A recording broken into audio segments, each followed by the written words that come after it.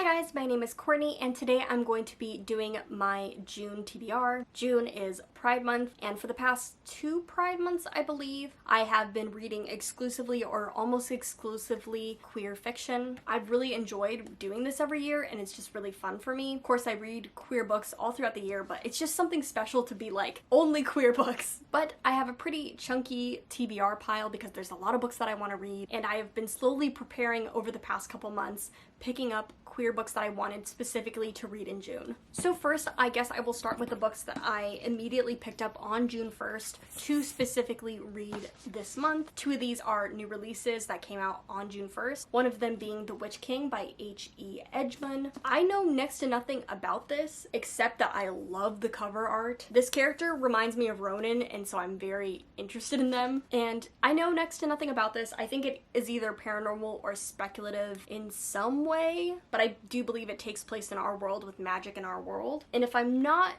mistaken, I believe this character is trans and has a male-male relationship in the book. But we will have to see, but I'm excited because I love this cover art. And then the next June 1st release, of course, is One Last Stop by Casey McQuiston. Casey McQuiston's first book, Red, White, and Royal Blue, was obviously a fan favorite among booktubers. It's a new adult rom-com following the Prince of England and the son of the president, and this is a time-traveling novel between a girl in the 70s and then a girl in modern times. Ooh, I've been looking forward to this. I want a really good sapphic read, and so I'm just really excited to read this. And then the next book I got, which was not a June 1st release, was The Stonewall Reader, edited by the New York Public Library. This is a collection of like essays, interviews, different selections of different memoirs or essays and different things. It's not really talking about the Stonewall riots, instead it's just taking from people that were talking about the Stonewall riots, if that makes sense. It's a selection of fiction about queer activists, and it's split up into before Stonewall, during Stonewall, and after Stonewall. So far, I have read the first chunk, which is before Stonewall. I don't want to give my full review here, but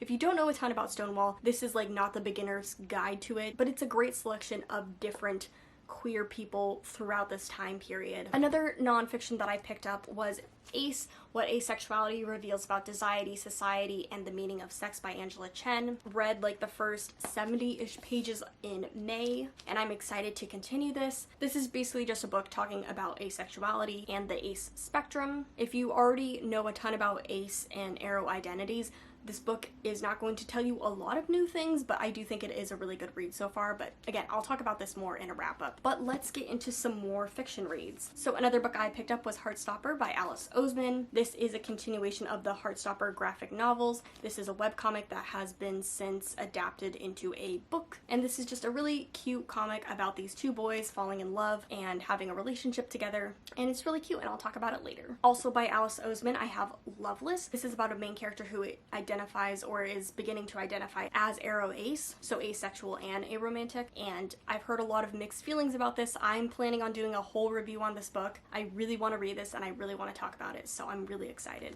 The next book I have on here is Bruised by Tanya Bodaju, and this is all about a girls' roller derby team. Our main character is dealing with the aftermath of her parents' death in a car accident, and she's taken to a lot of extreme sports, and one of those extreme sports that she ends up being interested in is roller derby. This author's first debut was Kings, Queens, and In-Betweens, which was pretty popular among booktube or among the community that read it. That was all about the drag community, and I'm very excited for this because it's the queer community mixed with sports. I love queer sport stories, and I especially love the idea of like a sapphic one, so I'm really excited to get into this. And so the last 3 books I have on here are 3 books that I have already hauled that have been on my TBR for a couple months, but I'm excited to read them still. Was kind of saving them for this. The first one is The Deep by River Solomon. This is about African slaves who were tossed off of slave ships that were going to America, and they became like mermaids or sirens. I don't really know much about it besides it like was a collaborative work at some point with like a poem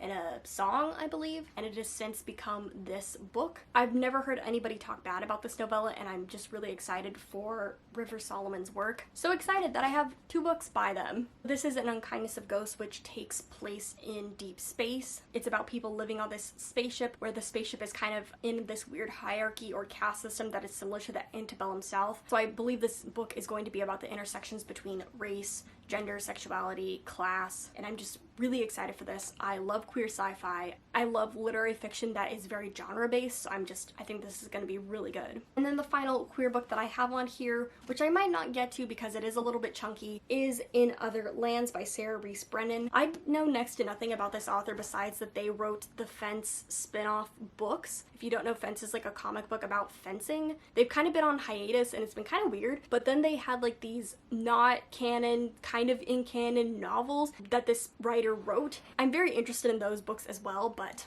this is their like fantasy novel. I don't really know much about it besides that there's mermaids in it. You know, my friend really likes this because he gifted it to me, so I'm excited to see what all the buzz is about because it's queer, has mermaids, my friend likes it, so I think I should like it too. But yeah, those were all the books that I'm planning on reading this month. There's been so many great queer releases over the past couple months. There's been so many great queer releases in general, especially this month in particular, and there's so much I want to read, but I have to start here with this pile, obviously, and I'll see where I can go from there. I would love to read like 15 books this month. That would be the goal. But anyway, I hope you guys enjoyed this TBR. Let me know what you're reading this month in the comments down below. I would love to know. I'll see you guys later, and happy reading.